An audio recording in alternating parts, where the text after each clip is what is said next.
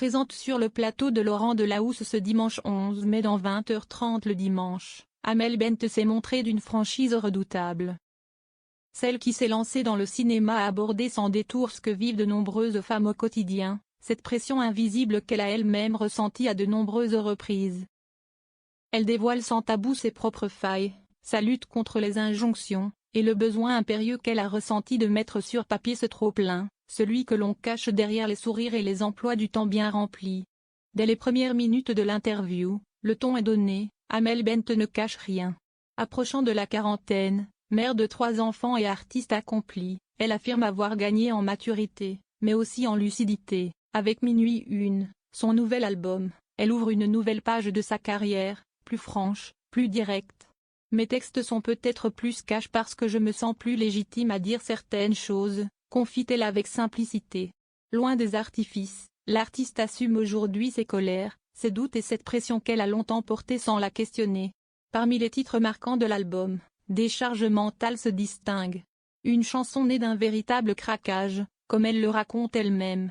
À un moment donné, j'ai craqué, lâche-t-elle, en revenant sur ces instants où l'on sent que tout déborde. Trop de rôles à tenir, trop de cases à cocher. Le burn-out n'est pas loin, même quand on a du succès, même quand on est forte. C'est en noircissant un carnet de pensées, une habitude qu'elle a prise depuis des années, qu'elle a trouvé l'impulsion pour transformer ce poids en mélodie. Une simple to-do list, devenue poème, puis chanson, dans l'espoir qu'elle résonne chez d'autres.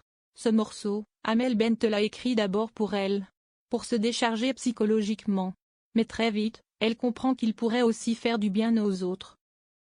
À toutes ces femmes qui vivent avec cette sensation d'être toujours en retard sur tout, de ne jamais en faire assez, de devoir exceller partout sans jamais craquer.